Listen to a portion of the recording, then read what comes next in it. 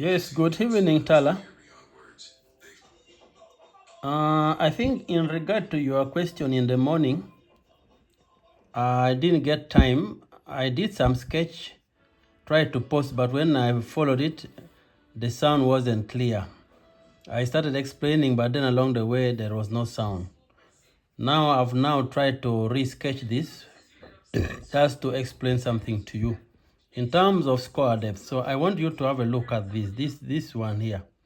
These parameters are very important. The score depth, then you have the geotechnical investigation logging, then the soil strata detail. Now, these are very, very important parameter for the structural engineer, especially when you are dealing with the river bridges. So now you find actually for you, looking at this soil structure, you can find that if this is if this is our river bed, and then you have soil strata 1, maybe 4 meters or 6 meter loose area. This is loose soil. Then the next layer could be medium with all the parameters of density, the angle of friction, the SPT values. If you encounter rock, you should be having RQD, the rock quality designation, and then also the unconfined compressive strength of rock. So this all should be appearing.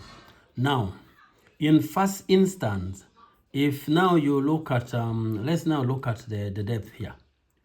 We have the river bed. The hydrologist has done the calculation, and you find that actually, if this is 4 meters and this is 5, and that is 3, and maybe this is another 3, and that now this is now into the rock.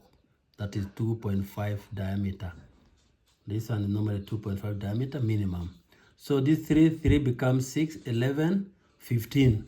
So, but now your score depth is actually is about 4 by 5, that is 9.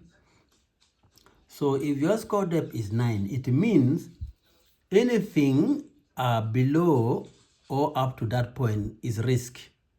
Is a risk location or founding depth. When you place your foundation within this depth here, definitely it will score. And once the score reaches here, this is now what the behavior that starts. Water start flowing out to this. This is now the increased depth of water.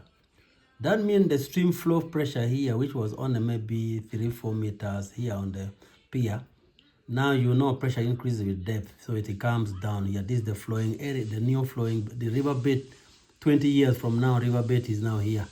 That means this is the structure that was not slender, definitely now has increased by about 4-5 meters. So now you see that the stability start to reduce. Now, you make sure that at the score depth, you go at least 1.5 meter, 1.5 meter or 1.5 meters below the score depth. And normally, if the SPT values are already, like if you're in refusal means maybe the SPT value is about 550 with the bearing capacity of about 500. That means the scoring of the riverbed tend to be slow because soil, there is hard area when you have the refuse. It's more or less like some fragmented rocks and the rest of it.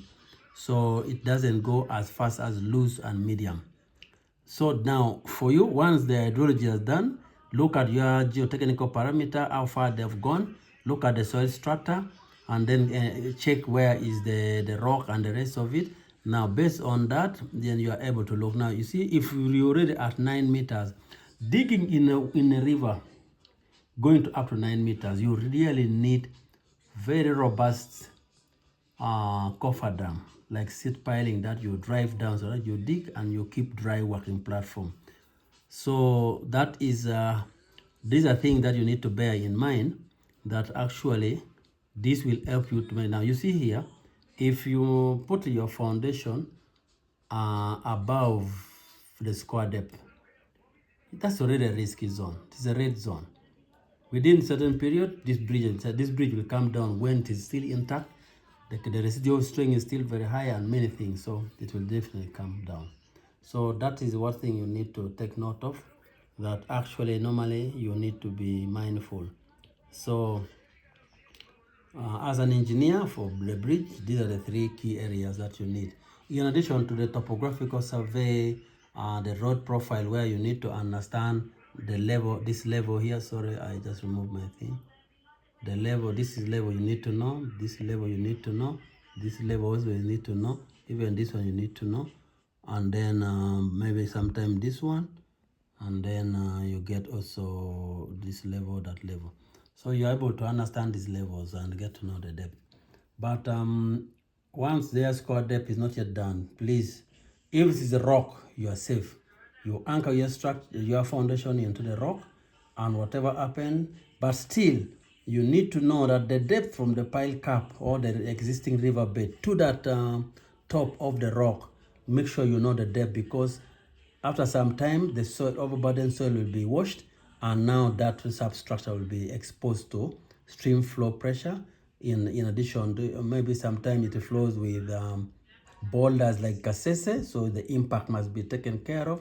Or you look at what's happening at Pakwach, water flows with the floating vegetation. That means that's an additional or extra load that you need to take note of. That will definitely be impacting here.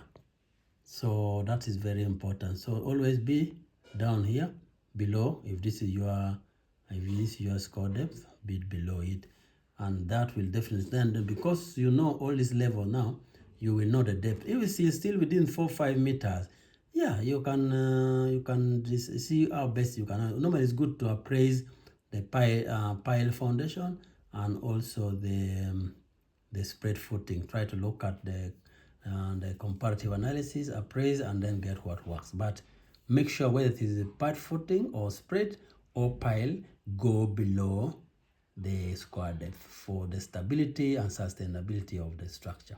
That is something I thought I should explain to you. Thank you so much.